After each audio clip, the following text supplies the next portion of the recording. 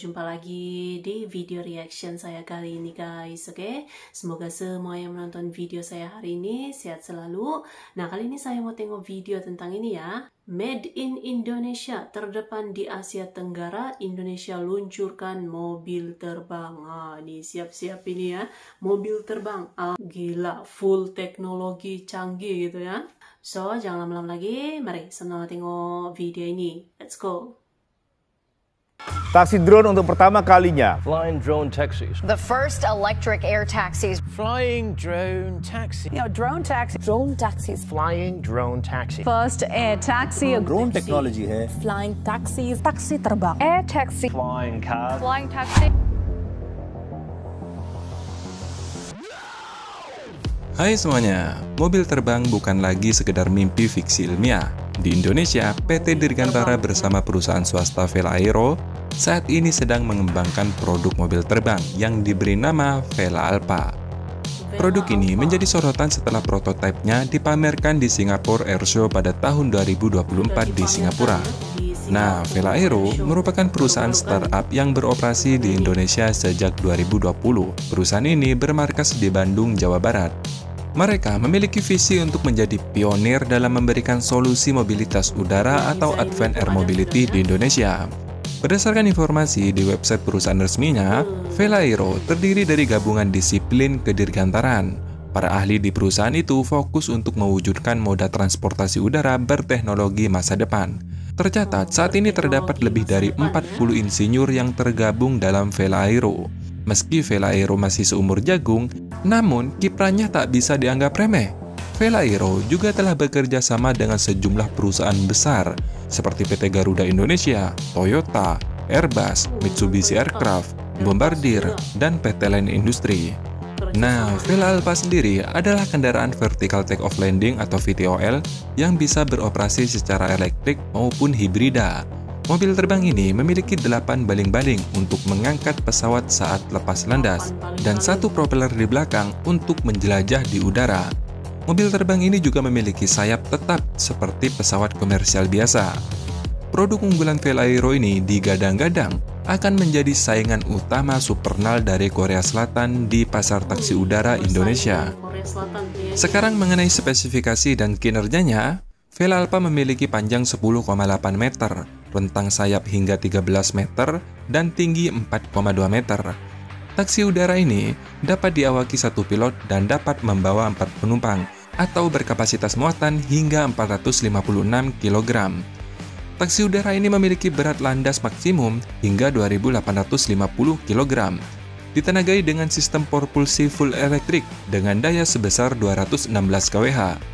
Mobil terbang ini bisa menjangkau jarak 100 km per jam jika beroperasi secara elektrik dan 500 km jika beroperasi secara hibrida. Kecepatan maksimalnya yang bisa ditempuh sekitar 250 km per jam. Pihak Vela Aero mengklaim perjalanan dari pusat SCBD menuju Bandara Udara Soekarno-Hatta bisa ditempuh hanya dalam kurun waktu 8 menit saja. Waktu tersebut lebih singkat dibandingkan menggunakan KRL yang mencapai 44 menit, sedangkan mobil 60 menit. Mobil terbang ini ditargetkan untuk dipasarkan pada tahun 2028. Saat ini, PT DI sedang menguji layak terbang kepada Direktorat Kelayakudaraan dan Pengoperasian Pesawat Udara. Mengenai harganya, memang cukup fantastis. Vela Alpha kabarnya dibanderol antara 1,5 hingga 2 juta US dollar atau sekitar 23 hingga 31 miliar rupiah. Wah, gimana tuh? Bikin sakit dada, bro. Selain itu, sertifikasi juga sedang diajukan ke otorita FAA atau Federal Aviation Administration agar mobil terbang ini bisa dijual di luar Indonesia atau diekspor.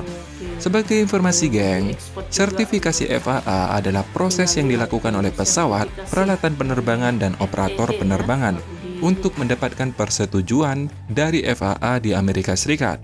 Jika Vela Alpha nanti lolos mendapatkan sertifikasi FAA, maka mobil terbang ini bisa diekspor ke seluruh dunia. Wah, mantap kan? Vela Alpha merupakan produk anak bangsa, geng. Maka dari itu, kita harus dukung. Terlebih, Vela Alpha merupakan pionir di Asia Tenggara dalam bidang mobil terbang. Produk ini mendapatkan apresiasi langsung dari Menteri Perhubungan Budi Karya Sumadi yang saat itu sempat berkunjung ke pameran di Singapura.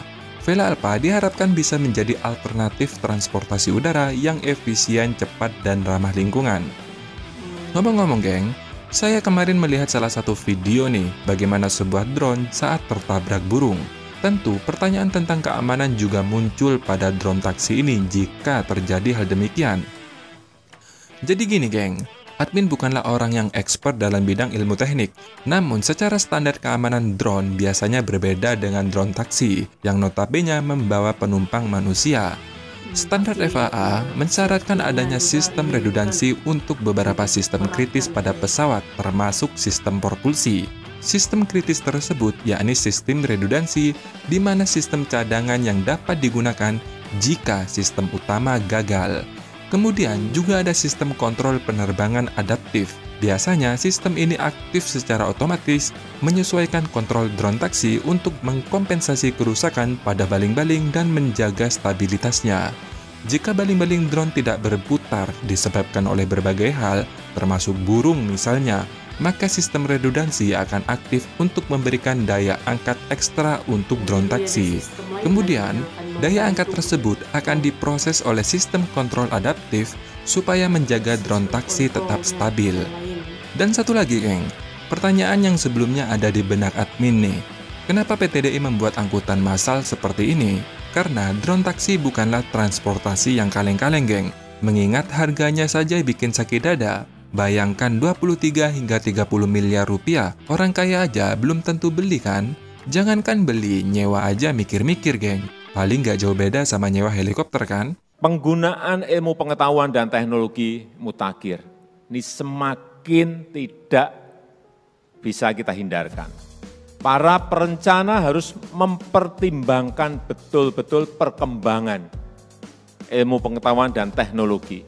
Dan kita juga harus menjadi bagian dari produsen teknologi. Begini geng, memang drone taksi saat ini masih merupakan moda transportasi yang mahal.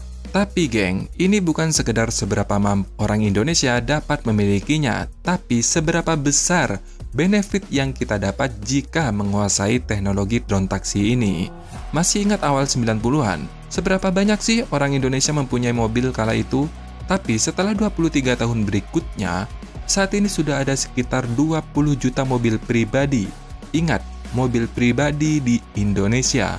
Artinya apa?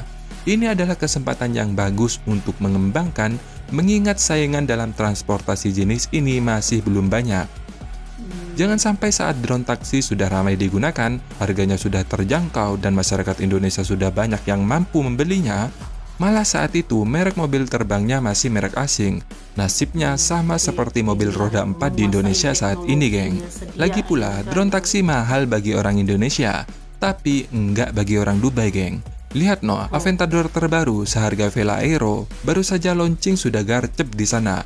Betapa bangganya jika Vela Aero nanti berterbangan di Dubai geng. Pasti dibalik itu nama Indonesia terukir di benak mereka geng.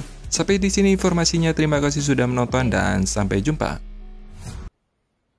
Oke guys, jadi tadi ya videonya ini, jadi itu dia ya teknologi yang mau dikembangkan oleh Indonesia gitu, apalagi sekarang kan semakin lama semakin canggih gitu kan, banyaknya kecanggihan teknologi yang mulai dikembangkan, yang mulai diproduksi gitu kan oleh banyak negara. Indonesia juga memproduksi sendiri ini teknologi drone penumpang ini, ini made in Indonesia ini ya, drone penumpang ini mantap Indonesia.